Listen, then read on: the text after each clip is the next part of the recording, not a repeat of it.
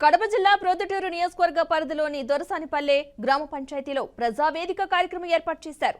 ఈ కార్యక్రమానికి ఎమ్మెల్యే నంద్యాల వరదరాజులరెడ్డి హాజరై గడిచిన 100 రోజుల కాలంలో తమ ప్రభుత్వం ప్రజలకు అందించిన సంక్షేమ పథకాలు సక్రమంగా అందుతున్నాయో లేదో అని అడిగి తెలుసుకున్నారు. నిరుద్యోగులకు మెగా డిఎస్సి, ప్రభుత్వ ఉద్యోగులకు 1వ తారీఖున జీతాలు వంటి ప్రభుత్వ విజయాల గురించి సభకు హాజరైన ప్రజలకు వివరించారు.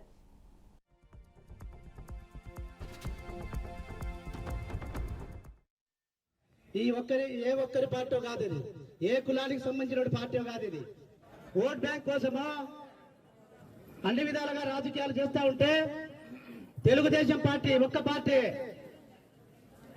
ప్రజల అభివృద్ధి కోసం, సంక్షేమం కోసం, యువత ఉపాధి కోసం తగతలాడ పాడే తెలుగుదేశం పార్టీ. గత ప్రభుత్వంలో నష్టపోయినాం.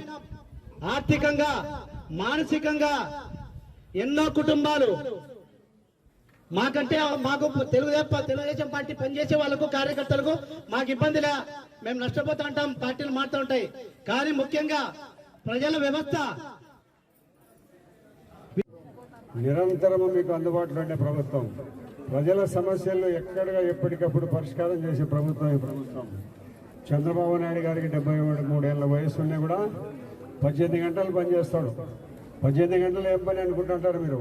రాష్ట్రం మొత్తం మీద ఎవరు వచ్చినా మాట్లాడతారు. ప్రతి ఒక్కరికి సమాచారం ఏదైనా పేపర్ రూపంగా ఇస్తే దానికి సమాధానం ఇస్తాడు. ఈ విధంగా నిరంతరము ప్రజల కోసం తప్పించే ఒక మంచి ముఖ్యమంత్రి మన ముఖ్యమంత్రి. అటువంటి మంచి ప్రభుత్వాన్ని మనం ఎన్నుకున్నాం. గతంలో ఉండబడిన దుర్మార్గపు ప్రభుత్వాన్ని మనం పోగొట్టుకొని మంచి ప్రభుత్వాన్ని కావాలని కోరుకున్న ప్రజలందరికీ కూడా రాష్ట్ర వ్యాప్తంగా మీరందరూ కూడా 175 అసెంబ్లీ స్థానాలు సీట్లుంటే 164 అసెంబ్లీ స్థానాలు తెలుగుదేశం పార్టీ కైవసం చేసుకున్నారు. విసిగిపోయి గత ప్రభుత్వం